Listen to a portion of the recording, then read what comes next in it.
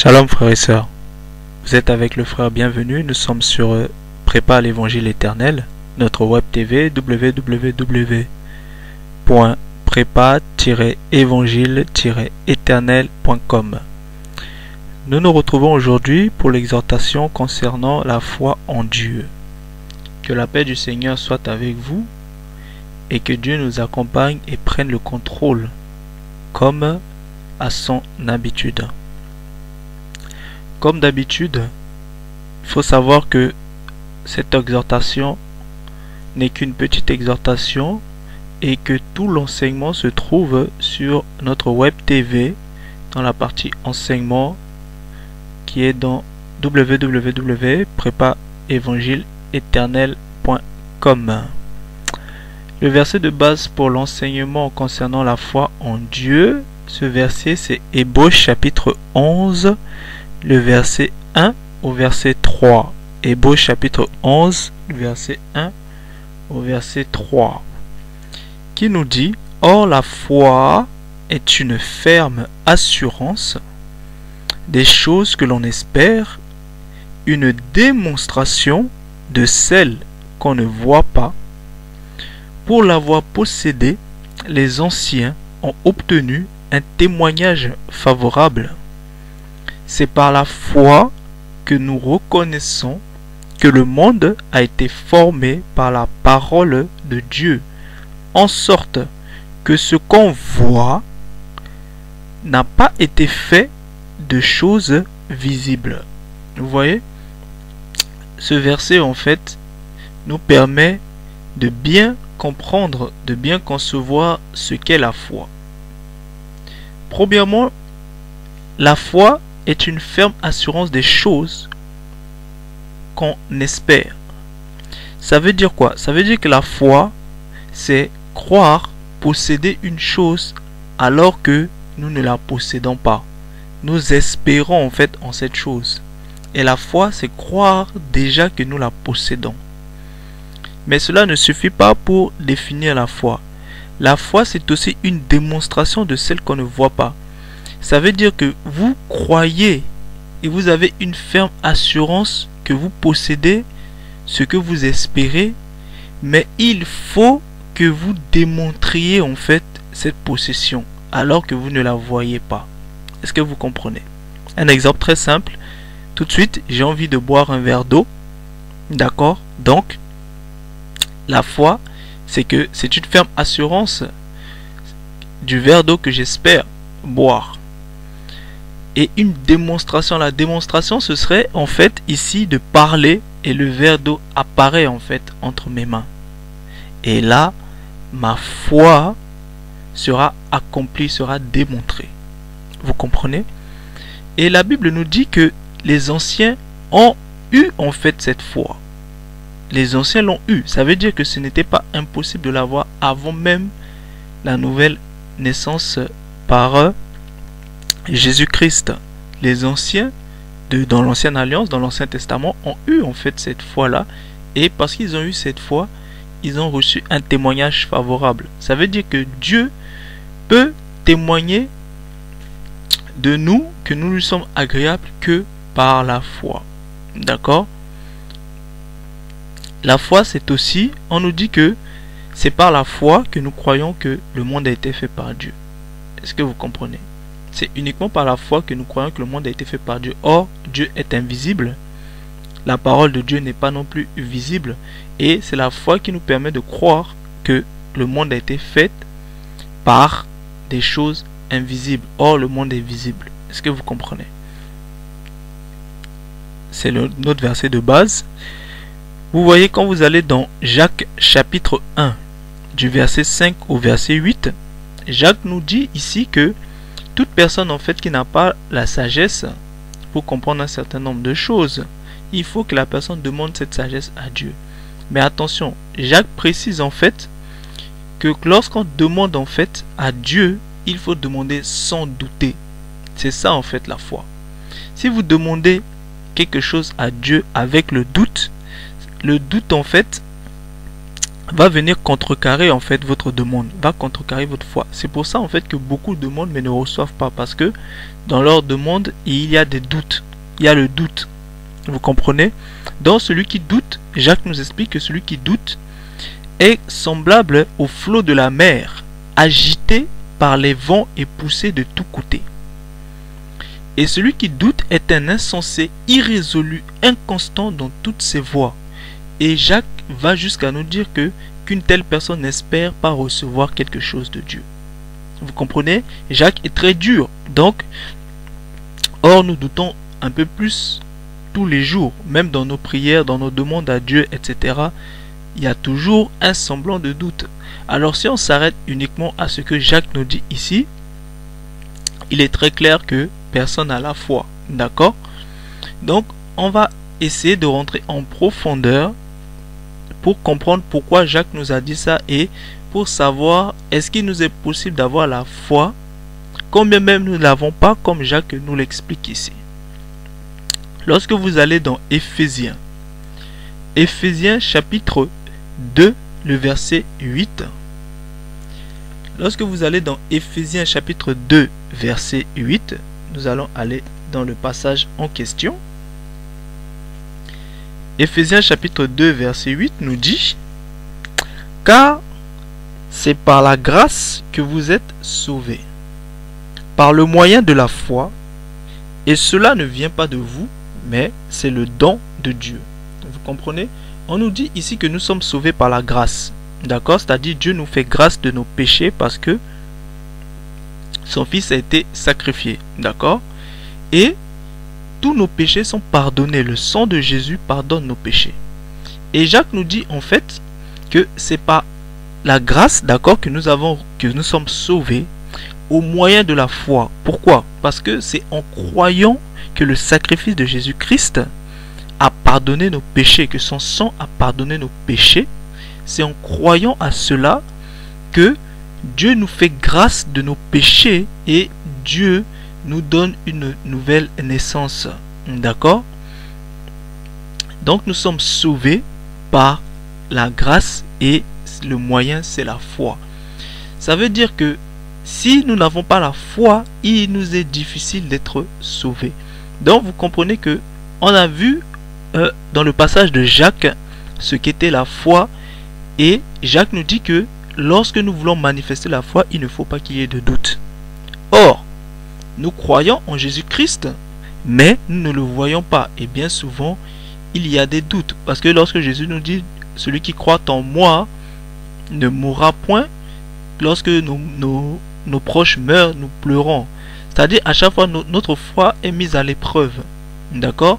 Et nous comprenons que Jésus nous dit ceux qui croient en moi, les signes qui les accompagneront, c'est que ils guériront les malades, ils délivreront ceux qui sont habités par des esprits impurs. Or, lorsque un proche à côté de nous est malade, il nous est difficile d'automatiquement prier pour ce proche et nous nous tournons plus vers la médecine traditionnelle. Quand je dis traditionnelle, je parle de la médecine du monde en général, que ce soit les médecins ou la médecine des herbes, peu importe selon les coutumes de chacun. Nous nous tournons en fait bien plus vers les choses de ce monde plutôt que de voir par rapport à notre foi, par rapport à la parole que Dieu nous a laissée. Donc vous comprenez que le salut vient par la grâce et au moyen de la foi. Mais si notre foi doute, c'est-à-dire si le doute subsiste dans notre foi, Jacques nous dit que nous sommes irrésolus, inconstants et que Dieu ne nous donnera rien. Ça veut dire que si jamais on reste seulement sur ce passage de Jacques et on le met en accord avec celui de Éphésiens 2:8, on se rend compte qu'il nous est difficile d'être sauvés par la grâce, parce que lorsque nous aurons la foi en Christ, avec le doute qui habite dans notre foi, il nous est difficile que Dieu nous fasse grâce. D'accord? Lorsque nous allons dans Éphésiens chapitre 1 au verset 13, nous dit: en lui, vous aussi, après avoir entendu la parole de la vérité, l'évangile de votre salut, en lui vous avez cru et vous avez été scellés du Saint-Esprit qui avait été promis. on retrouve exactement ce qu'on vient de dire. Après avoir entendu la parole, parce qu'il faut d'abord l'entendre, d'accord? Après avoir entendu la parole de la vérité, l'évangile de votre salut, ce qui nous est dit ici, en Jésus-Christ, d'accord? C'est clair, c'est en Jésus-Christ. Après avoir fait cela, après avoir entendu, après avoir cru, parce qu'il faut croire. Ici, il faut que la foi intervienne. Donc, lorsque on entend l'évangile, il faut y croire. Lorsqu'on entend la vérité, il faut y croire. D'accord? Si on ne croit pas en la vérité n'agira pas en nous. Il faut la foi. C'est pour ça que Éphésiens 2:8 dit que c'est par le moyen de la foi. C'est-à-dire, il faut que la foi intervienne. Et on nous dit que en lui, c'est-à-dire en Jésus-Christ, nous avons cru. En lui, nous avons entendu la vérité. En lui, nous avons cru. En lui, le croyant est scellé du Saint-Esprit qui avait été promis. Vous comprenez?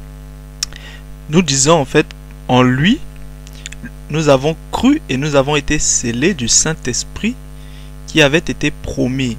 Notamment dans Ésaïe 59, où Dieu fait la promesse que l'Esprit qui réside avec son serviteur ne quittera pas les enfants de leurs enfants, etc., etc.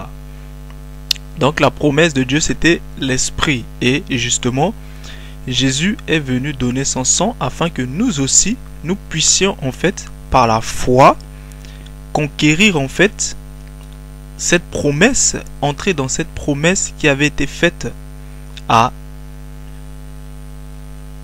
au peuple d'Israël dans Ésaïe 59 et également aussi à Abraham, parce que c'était la même promesse en fait qui avait été faite à Abraham. Lorsque vous allez dans Éphésiens chapitre 4, Éphésiens chapitre 4, les versets 3, les versets 4, 5, 6 et 13 nous parlent d'un certain nombre de choses. Ça nous dit que nous avons tous un seul Seigneur. D'accord? Nous avons tous une seule foi. Nous avons tous un seul baptême. Nous avons tous un seul esprit. Et nous avons tous un seul Dieu et Père. D'accord? Il n'y a qu'un seul Dieu et Père et qui est au-dessus de tous, en tous et parmi tous. C'est Dieu le Père, le Seigneur qui est Jésus-Christ. Est-ce que vous comprenez? Il faut bien comprendre ça et ce qui nous intéresse fortement ici, c'est une seule foi. Donc vous comprenez que tout va ensemble. Un seul Seigneur, une seule foi, un seul baptême, un seul esprit, un seul Dieu et Père. Vous voyez aussi dans le passage nous parle en fait de l'unité de la foi. D'accord?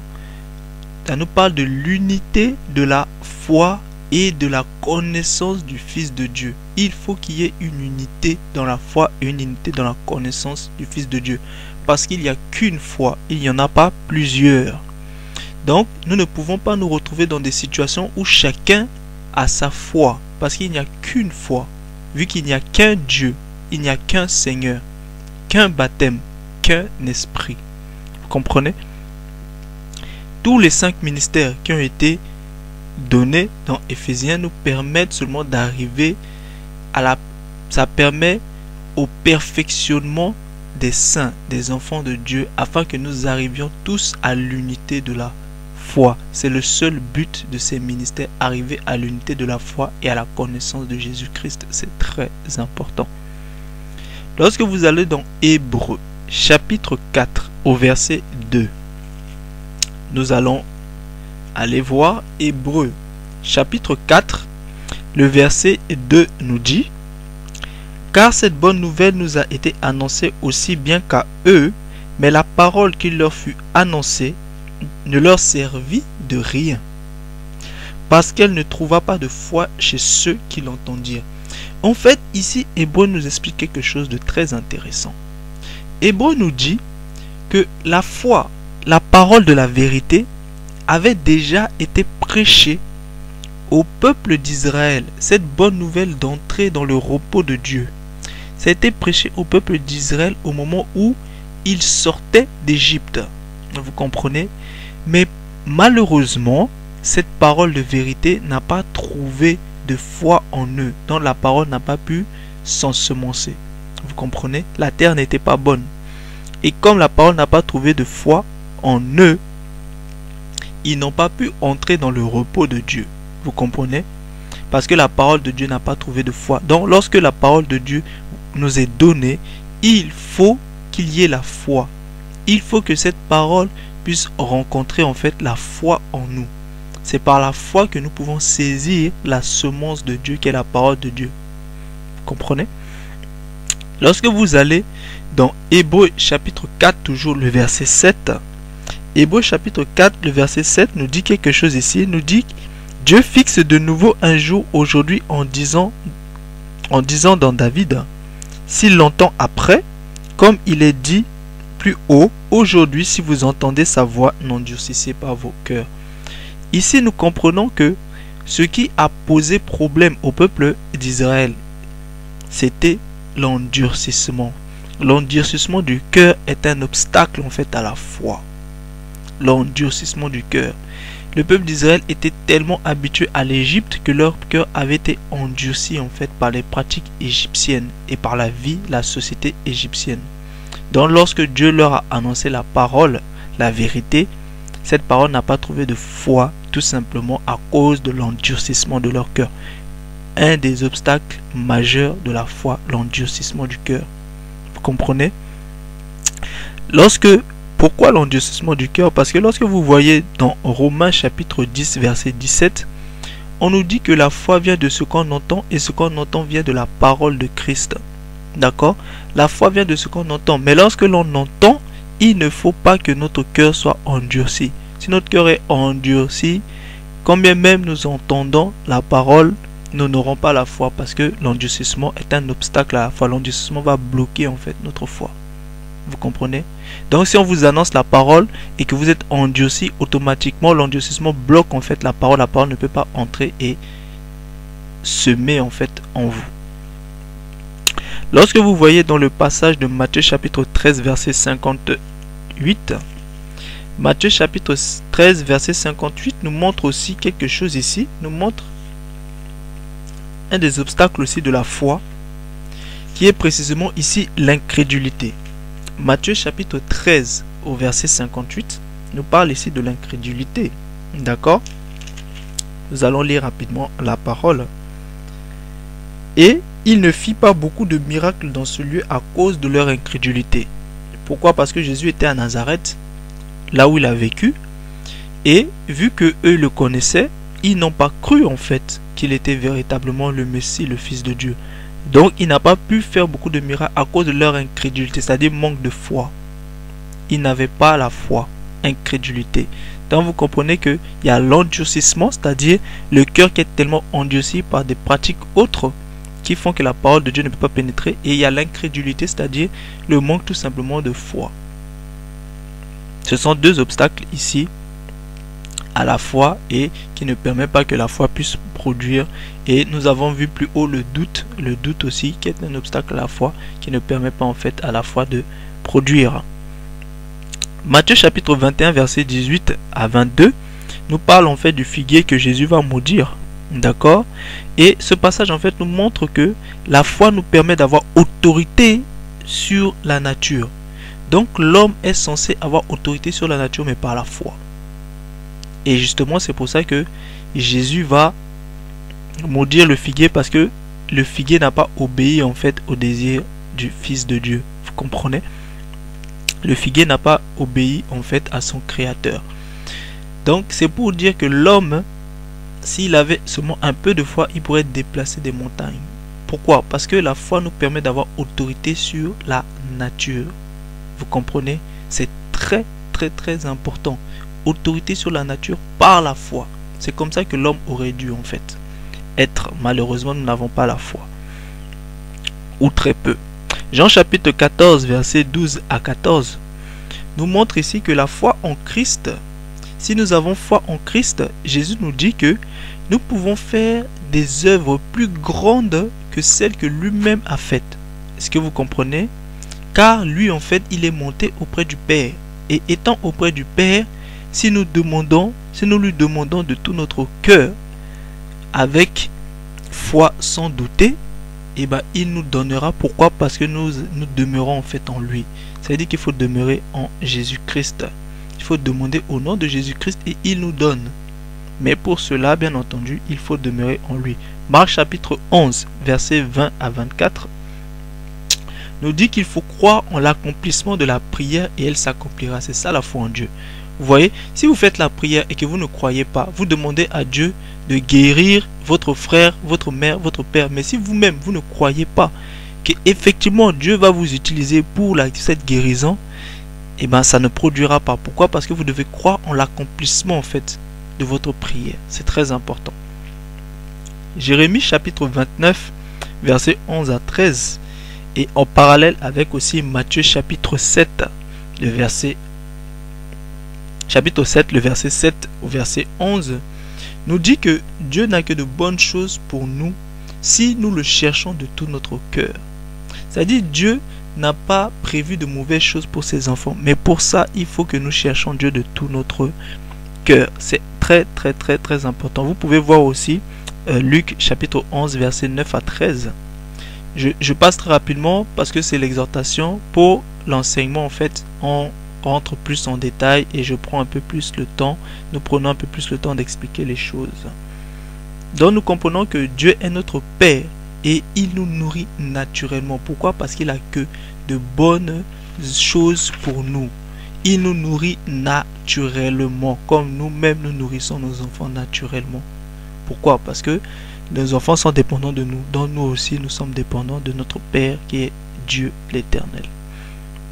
Jean chapitre 15 verset 7 nous montre que la foi en Christ, si nous avons foi en Christ, il faut que nous demeurions en fait dans cette foi. Parce qu'il ne suffit pas seulement d'avoir la foi, il faut demeurer dans cette foi. Et si nous demeurons en fait dans cette foi, nous pouvons demander au Père au nom de Jésus-Christ et par la foi en Jésus-Christ, bien sûr, le Père nous donnera ce que nous lui demandons. Vous pouvez voir aussi Jean chapitre 16, versets 23 à 24.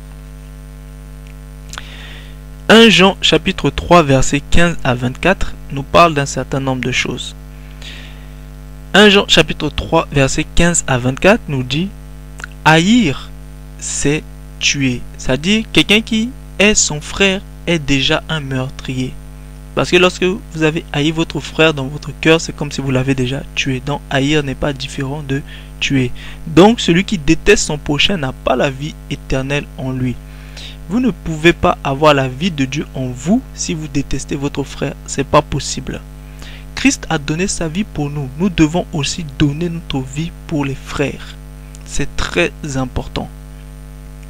L'amour de Dieu, c'est partager ses biens avec les autres. C'est très important. Il ne suffit pas seulement de dire à certains non que Dieu te bénisse, Dieu va pourvenir à tes besoins, etc. Si nous avons la possibilité de le faire, nous devons le faire car c'est l'amour.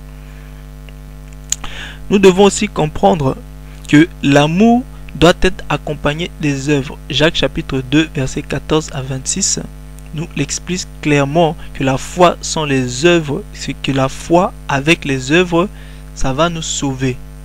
Sinon, s'il n'y a pas les œuvres pour accompagner la foi est morte. Donc vous pouvez croire que vous avez la foi en Dieu, mais s'il n'y a pas les œuvres qui suivent votre foi est morte. C'est-à-dire la foi sans les œuvres est morte. C'est la foi avec les œuvres qui sauvent. Vous n'êtes pas justifié. Vous n'êtes pas justifié par vos œuvres. Attention. Mais si vous avez la foi, il faut que vous ayez les œuvres de la foi, les fruits de la foi. C'est très important. Tout comme si vous vous repentez, vous devez avoir les fruits de la repentance. On l'a vu dans l'exhortation sur la repentance, les œuvres mortes. Vous voyez que cet amour est vrai car il demeure dans la vérité. D'accord? L'amour qui nous permet, qui accompagne avec des œuvres, cet amour est vrai parce que ça permet et ça demeure dans la vérité. Nous avons une assurance envers Dieu même si notre cœur nous condamne. C'est très important. Même si votre cœur vous condamne, ayez une assurance en Dieu que Dieu est plus grand que votre cœur. D'accord? Car Dieu est plus grand que notre cœur. Si notre conscience nous condamne, Dieu est plus grand que notre conscience. D'accord? C'est très important. Ayez toujours cette assurance en Dieu. Si la conscience d'autrui vous condamne, sachez que Dieu est plus grand que la conscience de tous. Donc si vous marchez selon la parole de Dieu, selon la vérité de Dieu, ayez assurance en Dieu. Il faut demander en gardant les commandements de Jésus-Christ, c'est très important. Nous demandons mais nous gardons pas les commandements de Jésus-Christ. Jésus dit que celui qui ment est fils du mensonge, car le menteur c'est le Satan. Or, nous demandons à Dieu, mais à côté nous mentons. C'est pas possible, nous n'avons pas gardé les commandements de Dieu, donc nous ne recevons pas ce que nous avons demandé. Ce passage nous montre aussi que l'Esprit de Dieu montre que Dieu est en nous. D'accord? L'Esprit de Dieu que nous avons reçu après avoir cru. Car nous avons été scellés, nous l'avons vu dans les passages précédents. L'Esprit montre que Dieu est en nous. Donc nous sommes le temple de Dieu. À cause de l'Esprit de Dieu qui est en nous. D'accord? Le commandement de Dieu, c'est croire au nom de son Fils Jésus-Christ et s'aimer les uns et les autres. Voilà le commandement que Dieu nous donne. Si nous gardons le commandement, si nous gardons ce commandement, c'est-à-dire croire en Dieu, croire au nom du Fils de Dieu et s'aimer les uns et les autres, croire au nom de Jésus-Christ et s'aimer les uns et les autres, nous demeurons en Dieu. Et si nous demeurons en Dieu, Dieu demeure en nous par son esprit qu'il nous a donné. Vous comprenez? Donc nous demeurons en Dieu lorsque nous gardons ses commandements et Dieu aussi demeure en nous par son esprit qu'il nous donne. Donc quiconque ne garde pas les commandements de Dieu, Dieu ne va pas demeurer en lui. Au bout d'un moment, Dieu va le quitter. Et c'est bien ce qui est arrivé malheureusement. On le verra dans la nouvelle naissance. 1 Jean chapitre 5, le verset 14 et le verset 15 nous montre que le croyant a l'assurance que s'il demande à Dieu selon la volonté de Dieu, d'accord? Si nous demandons à Dieu selon la volonté de Dieu, Dieu va nous écouter. C'est très important. Si vous demandez à Dieu quelque chose, c'est que cette demande est faite selon la volonté de Dieu. Dieu va vous écouter. Et si vous savez que Dieu vous a écouté, ça veut dire que vous avez aussi l'assurance que vous possédez déjà la chose que vous avez donnée, que vous avez demandé à Dieu. Si Dieu vous écoute, vous avez déjà l'assurance que vous possédez la chose. C'est très important, ne l'oubliez jamais. Mais pour ça, il faut demeurer en Dieu. Il faut que Dieu demeure en vous. Et si vous gardez ses commandements, vous avez l'assurance que si vous demandez à Dieu, Dieu vous a écouté. Pourquoi? Parce que vous avez l'assurance à cause de son esprit qui demeure en vous.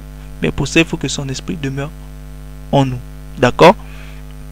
Jean chapitre 11, les versets 4, 21, 27, 39 et 45 nous parlent d'un certain nombre de choses. On rentre en détail dans l'enseignement. Ici, c'est l'exhortation. On avance un peu rapidement. Nous voyons ici que souvent le chrétien croit qu'il croit en Dieu alors qu'en réalité il ne croit pas. Ce passage parle des sœurs de Lazare, d'accord? Et notamment Marthe, lorsque Jésus dit en fait que si je suis la résurrection et la vie, si tu crois en moi, tu verras la gloire de Dieu, ton frère ressuscitera. Marthe lui dit, oui, je sais qu'à la résurrection, au dernier jour, il ressuscitera. Jésus dit, mais je suis la résurrection et la vie. Vous comprenez? C'est-à-dire, quand bien même Jésus leur avait enseigné un certain nombre de choses le concernant, le doute était toujours là. Elle croyait croire en fait en Jésus, d'accord? Mais au final, il s'est avéré qu'elle ne croyait pas. Et c'est ce qui nous arrive bien souvent. Nous croyons croire alors que nous ne croyons pas. D'accord? C'est pour ça qu'on fait cette exhortation et cet enseignement pour que vous compreniez bien c'est quoi la foi. Il ne faut pas qu'il y ait de doute, il ne faut pas qu'il y ait de l'incrédulité, il ne faut pas qu'il y ait de l'endurcissement. Si vous avez ces trois choses-là qui interviennent dans votre foi ne va pas produire. Même si vous croyez en Jésus-Christ, vous n'y croyez pas véritablement. De plus, si vous ne gardez pas les commandements de Dieu, Dieu ne demeure pas en vous et vous ne demeurez pas en lui non plus. Donc, votre foi est aussi stérile. Nous avons vu ce passage, en fait, nous avons compris que croire en fait en Jésus, c'est vivre même dans la mort. Et c'est aussi voir la gloire de Dieu. Actes chapitre 15, le verset 8, verset 9, nous montre que la foi purifie le cœur pour voir la gloire de Dieu, voir l'Esprit de Dieu. C'est la foi qui va nous purifier le cœur. C'est très important. Le baptême d'eau purifie en fait notre conscience, expliqué dans le passage de Pierre. On le verra dans l'exhortation sur le baptême et dans l'enseignement sur le baptême. D'accord? Mais la foi en Dieu va purifier en fait notre cœur. La foi en la parole de Dieu. La parole de Dieu va entrer dans notre cœur et purifier notre cœur. C'est très important. C'est la foi qui purifie votre cœur. Est-ce que vous comprenez? Vous étiez avec le frère Bienvenu pour l'exhortation concernant la foi en Dieu. Que Dieu vous bénisse et à très bientôt sur Prépare l'évangile éternel. Que la paix du Seigneur soit avec vous. Amen.